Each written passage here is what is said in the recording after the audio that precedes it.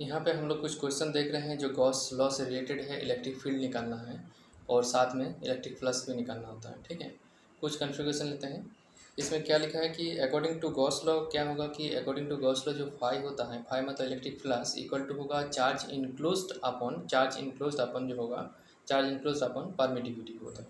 ठीक है, और गॉस लॉ के अकॉर्डिंग जो फाई होता है इलेक्ट्रिक फ्लक्स इक्वल टू होता है close integration of E dot D S. मतलब होगा कि close integration of electric field and surface, electric field and surface aerial vector और सरफेस के साथ जो डॉट प्रोडक्ट होता है उसका क्लोज इंटीग्रेशन करते हैं।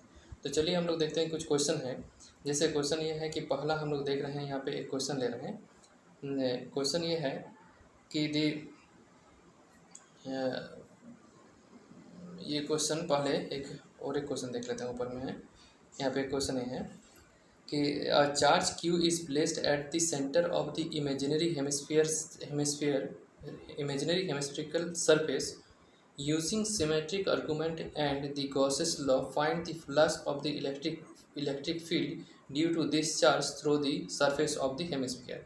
यहाँ पे एक पॉइंट लिखा हुआ है कि using symmetrical argument. Symmetrical argument मतलब होता है कि जो चार्ज होगा, चार्ज जैसे अगर हेमिस्फीयर, यहाँ पे क्या है कि हेमिस्फीयर जो है हेमिस्फीयर के बीचों बीच में रखा हुआ, तो आधा चार्ज ऊपर की ओर होगा, आधा चार्ज हेमिस्फीयर के अंदर की ओर होगा। यहाँ पे ये दिखाया गया है कि हाफ चार्ज इनसाइड हो रहा है। तो ये चार्ज जो है टोटल स्फेरिकल पॉइंट चार्ज हम लोग इसको मान लेते हैं। क्या मान रहे हैं इसको? Spherical point charge.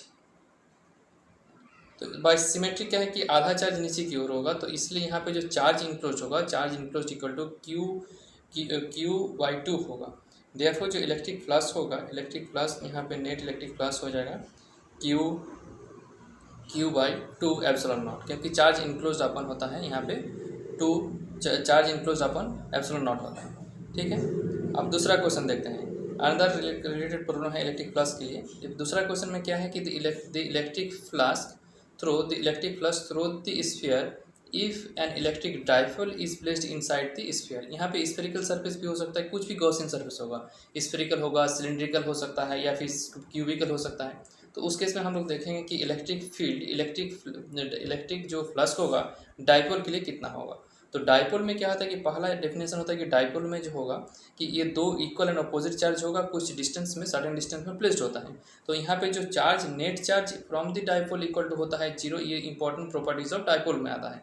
तो अकॉर्डिंग टू गॉस लॉ क्या होगा कि net charge enclosed inside the sphere equal to charge enclosed upon epsilon naught. Flux निकालना होगा, तो यहाँ पे नेट चार्ज इनक्लोज्ड इक्वल हो गया 0।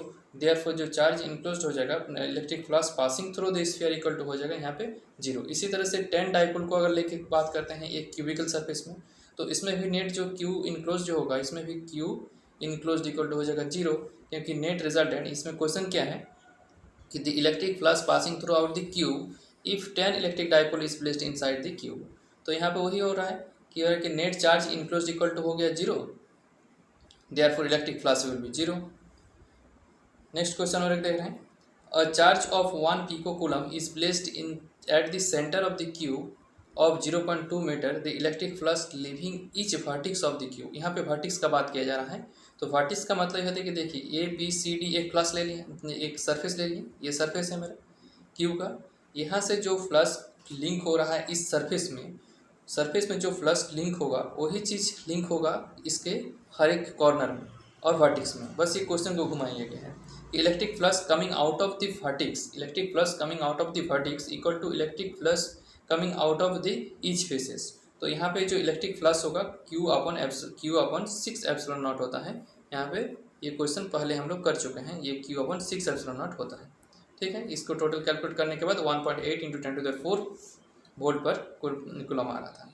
नेक्स्ट क्वेश्चन यह है कि if a charge Q/2 and 2Q are placed at the centre of the face and the corner of the cube, then the total flux coming out of the cube will be. यहाँ पे पहला क्या है कि Q/2 placed at the centre of the face. Centre of the face में क्या है कि एक फेस में के बीचों बीच में रखा गया है। तो यहाँ पे एक फेस ले लेते हैं ABCD।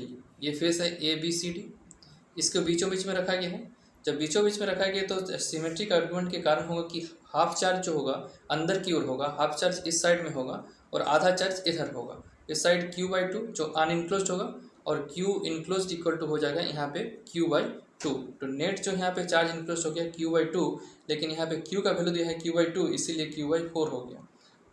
Next plus coming out of this plus enclose equal to Q one equal to Q enclose by epsilon naught, मतलब Q by four epsilon naught हो रहा है यहाँ पे। नेक्स्ट क्या है कि इसमें कॉर्नर में रखा गया, तो कॉर्नर के लिए क्या होगा, कॉर्नर के लिए जो चार्ज होगा चार्ज इनक्लोज इक्वल टू हो जाएगा 1/8 Q enclose equal to Q by eight हो रहा है, क्योंकि 2 क्यू यहाँ पे गिवन है, by 8 equal to Q by four, क्योंकि यहाँ पे 1/8 पार्ट ऑफ द यहाँ पे क्यू में हो रहा है।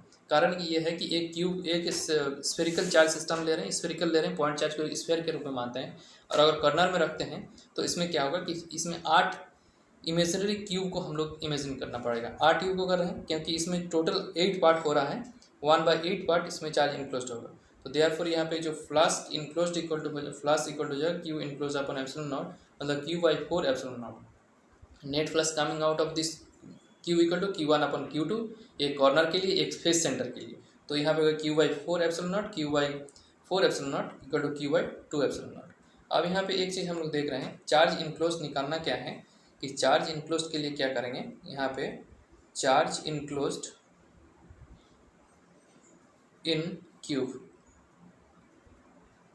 जब यहाँ पे पहला पॉइंट होगा, जब सेंटर ऑफ क्यूब होगा, सेंटर ऑफ क्यूब में रखा गया है, सेंटर ऑफ क्यूब में, तो इसमें Q enclosed equal to total cube हो जाएगा। सेकंड पार्ट है कॉर्नर में, कॉर्नर ऑफ क्यूब, तब इसमें क्या हो जाएगा क्यू इनक्लोज्ड इक्वल टू हो जाएगा क्यू बाई एट।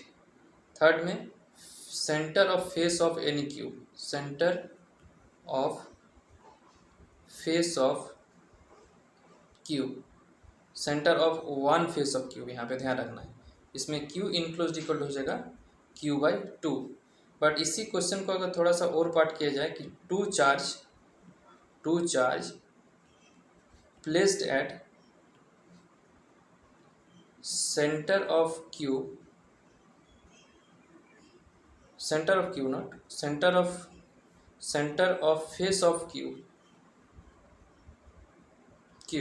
इस केस में क्या होगा, Q one by charge enclose equal to हो गया Q one by two plus Q two by to.